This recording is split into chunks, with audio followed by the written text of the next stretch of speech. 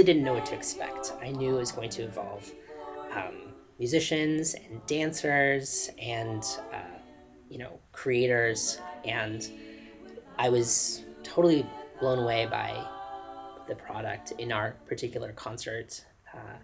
It was just so heartfelt and seamless in a way that I didn't expect. We all came to this with different ideas and perspectives, but I think we all came to it with a similar intention for honesty and storytelling that made it really work.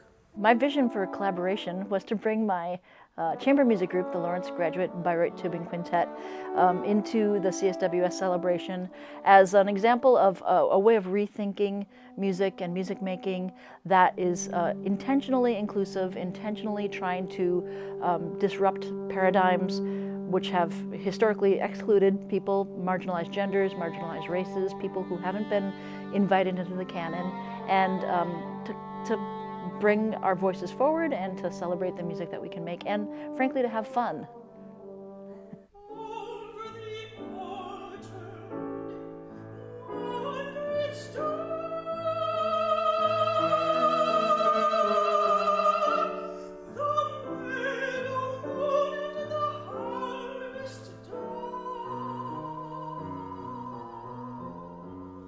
I discovered Mary Turner Salter's music through a friend who had written about her, and what I learned is that her music had never been performed before, it had never been recorded. So I found a number of scores and started playing them at the piano. I can play the piano and sing, but I don't play the way Gustavo plays or sing the way Camille sings. And what I learned is that they're extraordinary songs. They were far more inventive and novel than people had described them as being. So I teamed up with Camille and Gustavo to get them recorded. And what they did in that project and what we shared as a part of the CSWS event is the first ever recordings of this woman's songs.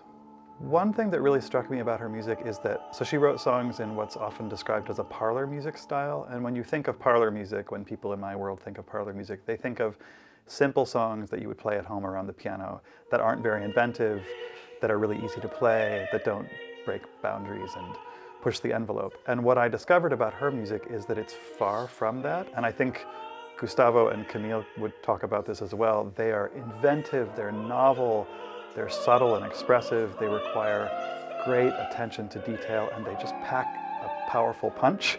And they seem to me, especially after I heard them performed, as anything but typical parlor songs. So I think of her as someone who was, although a homemaker and someone who was constrained by the fact that she was a woman, wrote music that really pushed boundaries.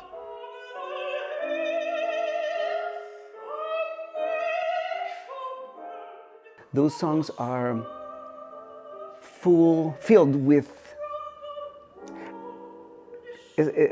magic. And you don't, and that's a term from my colleague Camille. She says these songs are filled with magic. You don't discover this magic until you start digging and thinking, what are these sounds in relation to these words? What are they representing? The most exciting thing for me being part of this event was being on a stage with performers, with dancers, with many different artists from different realms. I'm in the School of Music and Dance, and this is the first time I'd ever given a lecture in an event with dancers, which seems kind of bizarre. So that was particularly exciting to me. And I also loved the Q&A at the beginning. It was really moving to me to hear the responses from colleagues that I know, colleagues that I met as a part of the event. And this is the kind of collaboration that I wish was happening more at the U of O, and I'm really delighted that it happened here.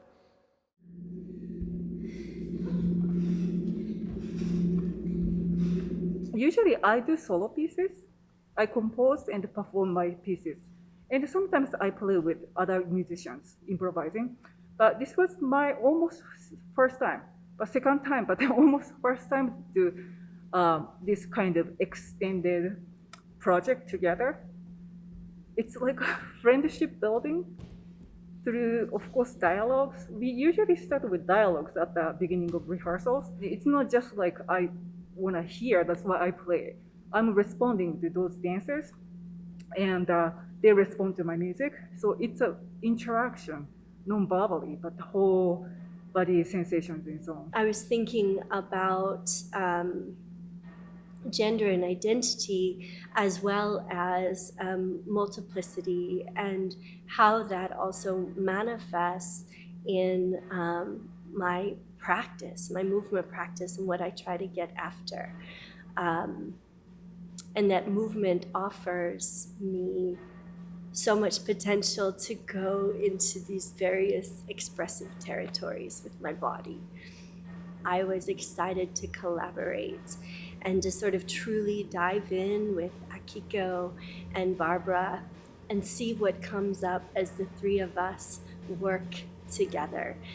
Each of our training, our study in our areas of discipline has been long and deep and rich, so we're well versed in our areas of study. And yet we've created a space together where we can come into the unknown. I think the vision, as we spoke and as we rehearsed and as we practiced and experimented, it kind of shifted, which again, I think for me, like it brings back the whole aspect where feminist or feminism really aims to embrace, which is just like the cyclical, always transforming vision of what is and what could be and what was, and just bringing all into this pot of again always experimenting with the constant transition. Feminist futures. These are everyone's futures. Men, women, non-binary, everyone should have futures equally. And but at this moment, I feel like we have to bring it up as feminist futures, and that's what we are trying to do. It becomes like a norm. We don't have to even talk about it in the future. That's my like a goal in a way, and I think we are getting closer and close, little by little. So that's something I appreciate. But also, I'm not afraid of putting the effort into it. I think as an artist myself, I feel like creativity does not have a gender. And so female composers and authors should be at the same level of recognition. It's just history that has pushed them to the side, and that's a very beautiful thing you are doing by allowing women to have a voice and to be heard. I think of feminist futures, it's the word futures that I really find appealing.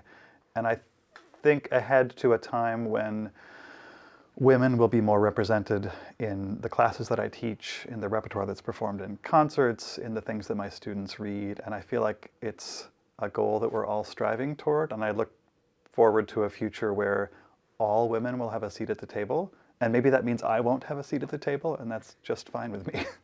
The theme Feminist Futures means to me a future where we're actively acknowledging historical injustices and willing to move forward and make the world more welcoming and inclusive for everyone.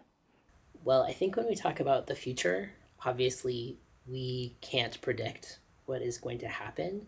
So sometimes the best we can do is put a target for ourselves and our society to aim towards. And I think a feminist future is a target where not only are people treated equally, but we value things that we've been told have been inherently female, or work that has been traditionally done by women and other non-men. It was an honor to be up on the stage with all these other artists, and I felt the energy from the audience being completely supportive and very interested in what we were doing.